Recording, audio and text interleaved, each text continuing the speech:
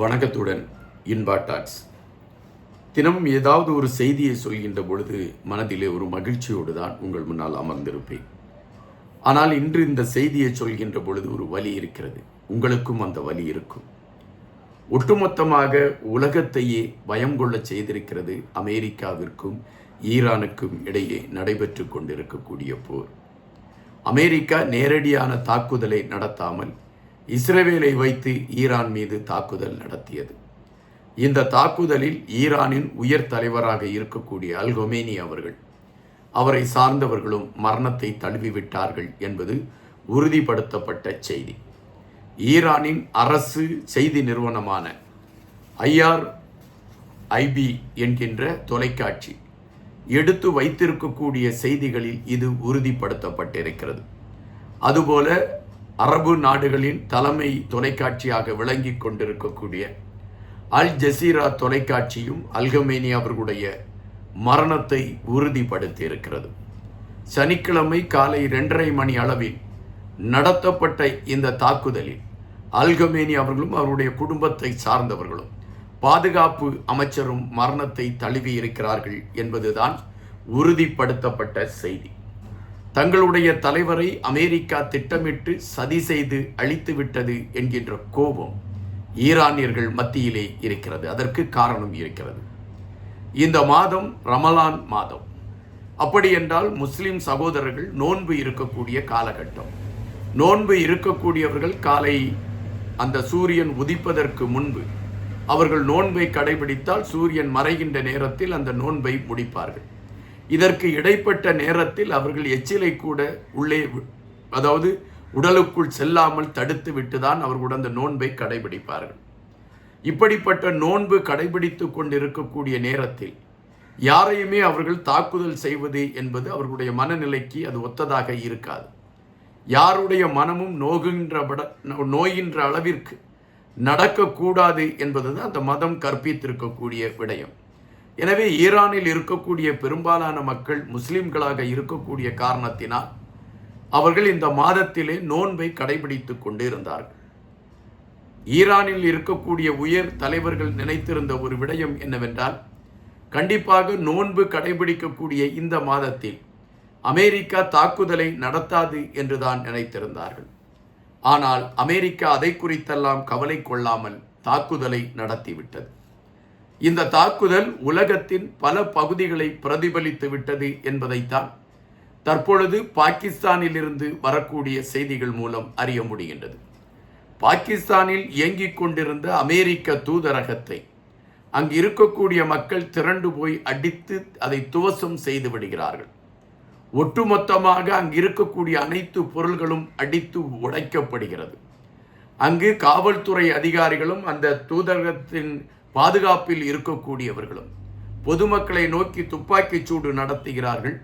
அந்த துப்பாக்கிச் சூட்டில் 8 பேர் மரணத்தை தழுவி விடுகிறார்கள். பலர் காயமடைந்து மருத்துவமனையில் சேர்க்கப்பட்டிருக்கிறார்கள். தற்பொழுது இந்தியாவிலும் அமெரிக்கா தூதரகத்தை எதிர்த்து போராட்டங்கள் வெடித்திருக்கிறது என்கின்ற செய்திகள் வருகின்றன. இதே வேளையில் ட்ரம்ப் அவர்களுக்கு எதிராக அமெரிக்காவின் இராணுவத்தை சார்ந்த ஒரு உயரதிகாரி நிற்கிறார் என்கின்ற செய்தியும் வந்த வண்ணம் இருக்கின்றன.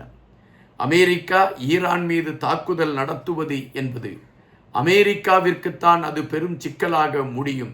எனவே ஈரான் மீது தாக்குதல் நடத்துவதை தவிர்க்க வேண்டும் என்று இராணுவத்தின் உயர் அதிகாரி ஒருவர் ட்ரம்ப் அவர்களிடம் எடுத்து வைத்ததாகவும், ட்ரம்ப் அவர்கள் அதை புறம் தள்ளிவிட்டு தாக்குதல் நடைபெற்றே தீரும் என்று உறுதியாக நின்றுவிட்ட காரணத்தினால் இன்று உலகமே அச்சம் கொள்ளும் 3வது உலகப் போர் உருவாகிவிடுமோ என்கின்ற ஐயம் ஏற்பட்டிருக்கிறது. இது ஒருபுறம் இருக்கக்கூடிய சூழலில் ஹார்மோஸ் என்கின்ற அந்த கடல் பகுதியை இப்பொழுது ஈரான் கைப்பற்றி வைத்திருக்கிறது என்றும், ஈரானின் இராணுவம் அந்த பகுதியை ஒட்டுமொத்தமாக தங்களுடைய கட்டுப்பாட்டுக்குள் எடுத்துக்கொண்டு விட்டது என்கின்ற செய்திகள் வருகின்றன. அப்படி என்றால் ஐரோப்பிய நாடுகளுக்கு எரிபொருள்களை ஏற்றிக்கொண்டு செல்லக்கூடிய கப்பல் அந்த வழியாகத்தான் செல்ல வேண்டும் என்பதுதான் சூழல். ஆனால் இப்பொழுது எரிபொருள்களை ஏற்றிக்கொண்டு எந்த கப்பலும் அந்த வழியாக செல்ல முடியாத ஒரு நிலை ஏற்பட்டுவிட்டது. அப்படியென்றால் உலகத்தின் பெரும்பாலான இடங்களில் எரிபொருள் சிக்கல் ஏற்படுவதற்கான ஒரு வாய்ப்புகள் உருவாகலாம். அதன் அடிப்படையில் உலகத்தில் பொருளாதாரம் பெரிய வீழ்ச்சியை அடையக்கூடிய ஒரு களத்தை நோக்கி நகரும் என்கின்ற அச்சம் ஏற்பட்டிருக்கிறது. எனவேதான் உலகத்தில் இருக்கக்கூடிய பெரும்பாலான நாடுகள் இந்த போரை நிறுத்துவதற்கான முயற்சிகளை எடுத்துக்கொண்டிருக்கிறார்கள் என்பதும், அமெரிக்காவுக்கு நெருக்கடிகளை கொடுத்து கொண்டிருக்கிறார்கள் என்பதும் தற்பொழுது வெளிவந்து கொண்டிருக்கக்கூடிய செய்தியாக இருக்கின்றன. இந்த செய்தியை நான் இங்கு பேசிக்கொண்டிருக்கக்கூடிய சூழலில் ஈரான் கடுமையான தாக்குதலை அரபு நாடுகள் மீது எடுப்பதில் இன்னும் வேகம் கட்டிக்கொண்டிருக்கிறது என்கின்ற செய்திகளும் வந்த வண்ணம் இருக்கின்றன. தற்பொழுது ஈரான் மீது அமெரிக்கா கொண்டிருக்கக்கூடிய கோபம் அல்லது அமெரிக்கா எடுத்திருக்கக்கூடிய நடவடிக்கை அது லகுவாக சென்று விடுமா, கடந்து விடுமா என்கின்ற கேள்விகள் தான் எழும்பிக் கொண்டு இருக்கின்றன. ஈரானின் புரட்சிக்கார காவல்துறை அமைப்பு இப்பொழுது தெரிவித்திருக்கக்கூடிய கருத்து, நீங்கள் இதுவரை பார்க்காத தாக்குதலை, உலகம் இதுவரை கண்டிராத தாக்குதலை ஈரானில் இருந்து நீங்கள் எதிர்பார்ப்பீர்கள். நாங்கள் எதற்கும் பின்வாங்கப் போவதில்லை. எங்களுடைய தலைவரை நீங்கள் அழித்து விட்டீர்கள். அதற்கான தண்டனையை நீங்கள் பெற்றே தீர வேண்டும் என்று ஈரான் சார்பில் இப்பொழுது தெரிவிக்கப்பட்டிருக்கிறது. எனவே ஈரான் எச்சூழலிலும் தாக்குதலை நிறுத்தப் போவதில்லை என்கின்றதையும், அமெரிக்காவும் இதனை இலகுவாக விடப்போவதில்லை என்கின்ற விடயங்களும் பேசுபடு பொருளாக மாறிக்கொண்டு இருக்கிறது என்பதை நாம் இங்கு உணர வேண்டிய ஒன்றாக இருக்கின்றன. இதே சூழலில் ஐநா மன்றத்திலிருந்து ஐநா மன்றத்தின் ஆணையர் கூட போர் நிறுத்தத்திற்கான களங்கள் உருவாக்கப்பட வேண்டும் என்று அவர் செய்தியை எடுத்து வைத்திருக்கிறார். ஆனால் அதற்கு அமெரிக்கா இசைவு தருமா என்ற கேள்வி எழும்புகின்றன. இந்த சூழலில் ஐநா மன்றத்தில் ரஷ்யாவும் சீனாவும் போர் நிறுத்தம் செய்யப்பட வேண்டும் என்பதை மையப்படுத்தி ஒரு சிறப்பு தீர்மானத்தை முன்மொழிந்திருக்கிறார்கள். இந்த சிறப்பு தீர்மானத்தை ஏற்றுக்கொண்டிருக்கக்கூடிய ஐநா மன்றம் அதற்கான நடவடிக்கை எடுப்பதற்கு பிற நாடுகளை கோருவதற்கான களங்களை எடுத்த பொழுது வீட்டோ என்கின்ற சிறப்பு முறையின் அடிப்படையில் அமெரிக்கா இந்த தீர்மானத்தை நிராகரித்து விட்டது என்பதுதான் நிஜம். எனவே ஐநா மன்றம் போர் நிறுத்தத்திற்கான நகர்வுகளை எடுப்பதற்கான ஒரு களம் இல்லாமல் போய்விட்டது என்பது நமக்கு தெரியக்கூடிய ஒரு செய்தியாக இருக்கின்றது.